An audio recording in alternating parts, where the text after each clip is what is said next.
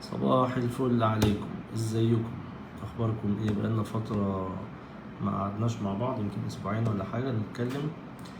الفيديو ده فيديو سريع 5 دقايق بالظبط، هتكلم فيهم عن الأدوية الجديدة.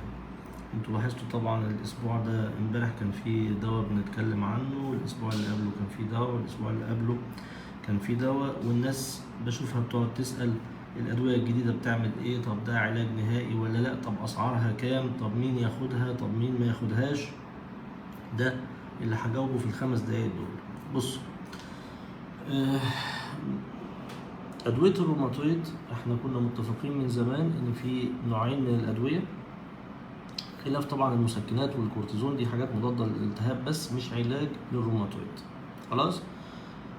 الروماتويد مرض مزمن، حتى هذه اللحظة ما زال الروماتويد مرض مزمن زي الضغط وزي السكر.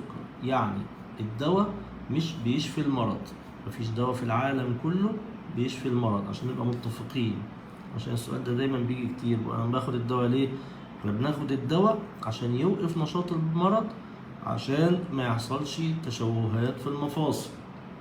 اللي ما بياخدش الدواء هو مش مجرد ألم، لكن بيحصل تشوهات في المفاصل. اللي بيحصل له تشوهات في الركبتين، يا بيمشي بيعرج، يا بيمشي بعكاز، يا بيقعد على كرسي متحرك. اللي بيحصل له تشوهات في الصوابع وفي الكوع، ما بيقدرش ياكل، ما بيقدرش يشرب، بتبقى ايديه مشوهة. لكن اللي بياخد العلاج من البداية وبيمشي عليه مظبوط بيحافظ على مفاصله، فما تقدرش تعرف ان عنده روماتويد اصلا، لانه ماشي بالدواء بتاعه طبيعي. خلاص؟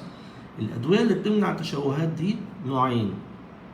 النوع الأول الأدوية العادية اللي هي الميثوتريكسيت والبلاكونيل والأفارا والأبيتويد، وساعات سلازوبايرين، ساعات إميران، لكن الأساسي هما الأدوية اللي أنا قلت لكم عليها دي. خلاص؟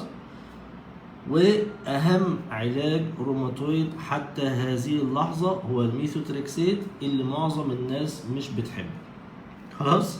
لكن هو أهم علاج وأقوى علاج وأكتر حاجة بتحافظ على المفاصل هي الميثوتريكسيت. طيب، النوع الثاني من الأدوية هي الأدوية البيولوجية، واتكلمنا عنها كتير وأغلبكم يعرف معلومات الأدوية البيولوجية. الأدوية البيولوجية أسعارها كانت زمان 10,000 8,000 9,000 وأكتر. بقالنا تقريبا سنتين بقى سعر الأدوية البيولوجية 6,000 6,000 ونص. خلاص؟ طبعا ما زال الموضوع غالي وما زال فوق قدرات اغلب الناس.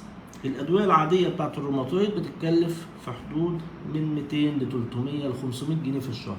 الادويه البيولوجيه للروماتويد بتتكلف في حدود 6,000 6,000 ونص في الشهر. خلاص؟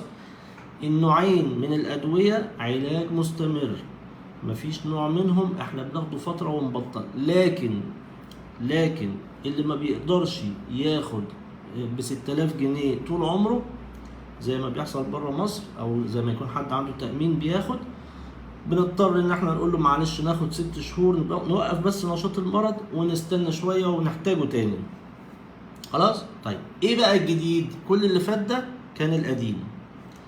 الجديد ان احنا خلال الشهر والشهرين اللي فاتوا بدأت تظهر ادويه في المنطقه اللي سعرها 2000 و 3000. خلاص؟ يبقى احنا كان عندنا مجموعة أدوية طول عمرها موجودة سعرها 200 300 لحد 500 في الشهر. كل كلامي بالشهر، مش بالعلبة وبالحباية وبالحقن عشان ما نتلخبطش، كل الكلام بالشهر. يبقى كان عندنا الأدوية اللي سعرها من 200 ل 300 ل 500، وبعد كده ظهرت الأدوية اللي سعرها 6,000 و 6,000 ونص و 7,000. وخلال الشهور اللي فاتت دي بدأت تظهر أدوية في سعر 2000 ل 3000. خلاص؟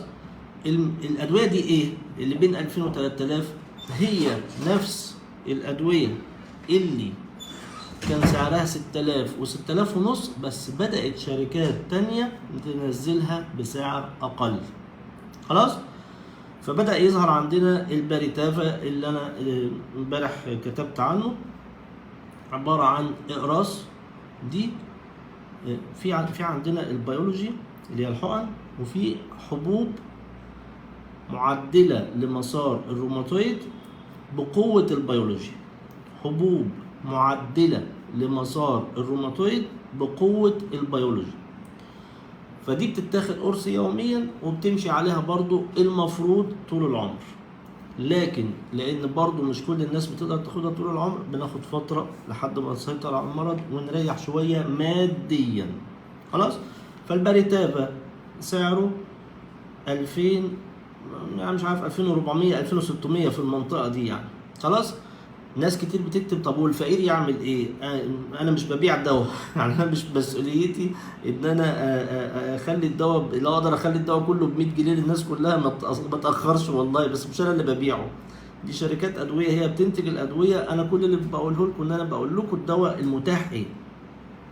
لكن طبعا كل دواء ما السعر بينزل كل ما بيغطي عدد اكبر من المرضى يقدر يشتريه.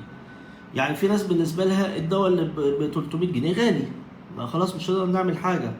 وفي ناس تانية بالنسبه لها الدواء اللي ب 2000 جنيه رخيص. دي مساله نسبيه، زي ما بتشتري عربيه، في واحد بالنسبه له العربيه المرسيدس رخيصه، وفي واحد بالنسبه له العربيه الهيونداي الانترا غاليه. فما نقدرش نحدد، دي مساله ماديه بحته. لكن بعيدا عن موضوع السعر، بقى عندنا دلوقتي ادويه سعرها 2400 ل 2500 شهريا تسيطر على مرض الروماتويد. هل اي حد يقدر ياخد العلاج؟ لا، مش اي حد يقدر ياخد العلاج، لان كل ادويه الروماتويد بيتعمل لها تحاليل معينه قبل ما نبدا العلاج، وبيتعمل لها تحاليل متابعه. فمش اي حد يقدر ياخد العلاج، لازم نشوف الكلى اخباره ايه، لازم نشوف الكبد اخباره ايه. الادويه البيولوجيه ممنوعه لما يكون حد عنده امراض معينه في القلب، مش اي مرض قلب. كل واحد اصلا بيقول لك انا عندي القلب، لو عنده قصور في الشرايين التاجي عادي بياخد الادويه. لكن لازم بنتاكد ما عندوش امراض معينه في القلب، ما عندوش جلطات سابقه، ما عندوش كوليسترول عالي. لبعض الادويه كل دواء ليه الموانع بتاعته وليه التحاليل الخاصه بتاعته. دي بقى الدكتور المتخصص هو اللي بيقول لك تحاليل كذا يبقى ينفع يناسبك الدواء الفلاني تمشي عليه. خلاص. فاحنا دلوقتي عرفنا كل التفاصيل عن الادويه العاديه والادويه البيولوجيه والادويه المعدله للمسار اللي بقوه البيولوجي، وعرفنا الاسعار وعرفنا كل حاجه. خلاص. انتوا بقى ايه، اقعدوا تناقشوا كده في التعليقات وشيروا البوست واقعدوا اتكلموا، وانا على بالليل ابص على التعليقات كده واجمع الردود بتاعتكم واكتبها لكم في التعليقات. خلاص. ارجو ان انا اكون غطيت كل الموضوع وعرفنا كل حاجه عن الادويه الجديده والقديمه لعلاج الروماتويد. يلا اشوفكم على خير وخلوا بالكم من نفسكم. باي باي.